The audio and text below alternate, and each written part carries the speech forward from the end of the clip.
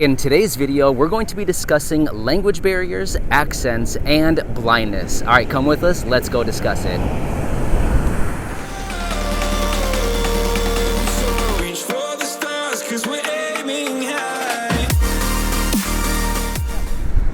Hey everyone, this is Matt. Welcome back to another Blind to Billionaire video. I'm standing here on the beach with Corey. Hi guys. And we're going to be discussing accents, language barriers, and how it relates to blindness in this video. So actually, currently we are standing down here on the beach in Turks and Caicos, and we're actually leaving for the airport in just a few hours, but we thought this would be a really interesting video. So we've done a lot of traveling down around the Caribbean area, and what's interesting is all of these islands, most of them people speak fluent English, but English may not be their first language. So it could be Spanish or a variety of other languages that they speak in these islands. So we thought it'd be really interesting to discuss how it relates to blindness. Any thoughts, Corey? No, but most islands we go to, I would say they speak French, Spanish, English, Dutch, yep. Portuguese, English. Mm-hmm. I think those are kind of the main languages, and then like in Aruba they speak Papiamento, yeah. So it's there's like Haitian. Mm-hmm. People are from Jamaica, Dominican Republic. That's Spanish. Exactly. But even like Spanish in Mexico is different than Spanish in the Dominican Republic. So there's like different accents and different slang and things too. Mm-hmm. So just a lot of different languages. Yeah. So not to single out anybody in particular, but what was interesting on this vacation is the first few days that we were here, we talked with a few different people, specifically like at the front desk of our resort, and I was having a really hard time understanding what they were saying. What's that? I didn't say anything. Okay. I was having a really hard time understanding what they were saying, and then after we would walk away, I'd say like, Corey, could you understand? And she'd say, well, I can, but not only can I understand a little bit, but I can also see the nonverbals. So what's interesting and how this relates to blindness is, so let's say there is a language barrier or there's a heavy accent and people, let's say, like for example, the people we're speaking to, maybe English is not their first language.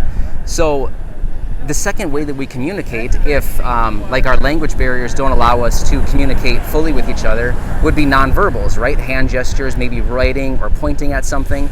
Well, in these situations, if the person is pointing at something, for example, when we arrived, I was wearing a Blindtobillionaire shirt, and the person at the front desk kept pointing like at her chest, like, pointing, reading the words. And I didn't see any of that, so I was a little bit lost in the conversation.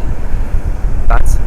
Yeah, I think that's true, because sometimes like you kind of pantomime different things that you like might not know the noun for, or like if you're not totally unclear, mm-hmm. or even just like reading people's faces. Like, right. I was like having trouble communicating with somebody today at breakfast, and I could see that we were both kind of making a face like, huh? Right. But like Matt couldn't see that we were all confused. Yeah. And I think that makes you feel less isolated. Like, if you can see that other people can't understand too and are giving like a I don't get it face, versus like Matt just assumes that everyone's like, yeah, we're totally all on board with this. Mm-hmm. Makes you feel, I think, kind of isolated. Mm-hmm. in that understanding. Yeah. Right. So another thing that's interesting with these conversations too is I try to understand, like I listen very closely, and I try to understand as much as I can, and maybe I'll understand maybe like every fourth word, and then I kind of put it all together to try to make sense of it. But again, like I was saying, Corey also includes, like she adds the nonverbals that are happening within the conversation to make sense of maybe what's going on. So maybe Corey's also understanding as much as I am, but along with the gestures and the facial expressions and the body language, she can understand much more easily than maybe I can, because I'm just going off of the auditory, just exactly what I'm hearing, and that's it. I think that there's definitely a truth to that. The other thing I would add is I do not speak a second language, but I do speak.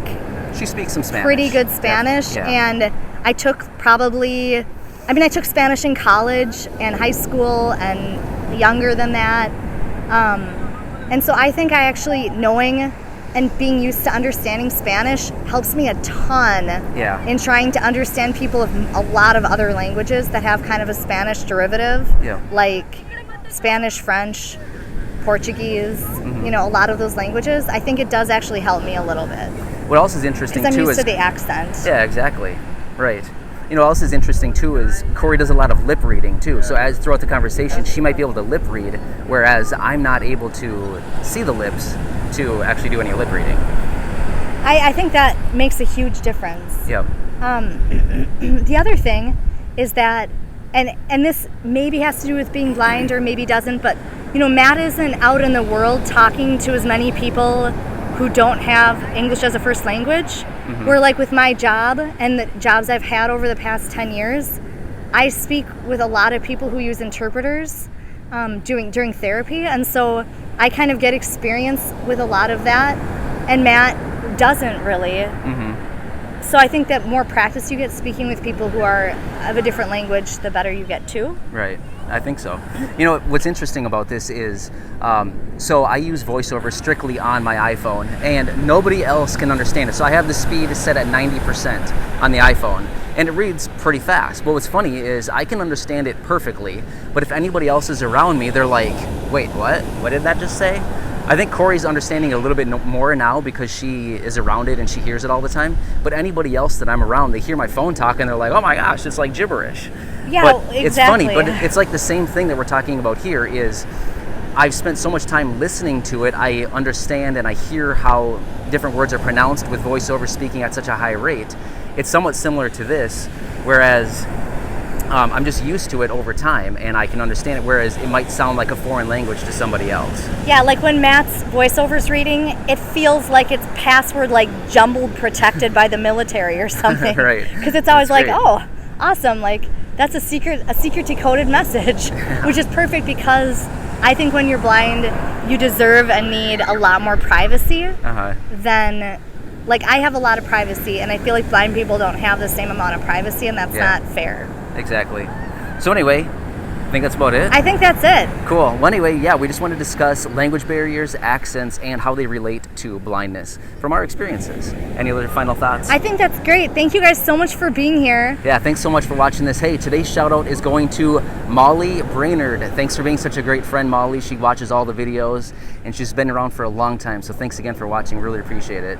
I just want to say one quick caveat. It is super, super, super windy where we are today. Yeah, so we have a please little forgive the microphone. wind. We think it's doing a good job. We hope so. We tested it a little bit, but yeah, we'll just see what happens. Yeah, so please forgive us for any abnormalities in the sound quality here. It's very windy. The ocean is just like roaring behind us. Even the guy who works at our hotel who lives here is like, I have not seen this big of waves, and like you can see the waves in the background, which is pretty fun, but it's like really, really crazy. It took out like umbrellas in our area. Yeah, we came down this morning and umbrellas are just gone. Like the sea ate them. Yeah, it's cool. So anyway, we just cool. wanted to let you know in case if it's like super bad, we're trying our best. Right. All right, hey, thanks for watching this. We really appreciate it. Leave any comments or questions down below, and we'd love it if you subscribe if you have any, if you're new here. Thank you. Bye. Yeah, thanks everybody. See you on Thursday. Bye now. You can't wait to see me now, 'cause lately you've been feeling down.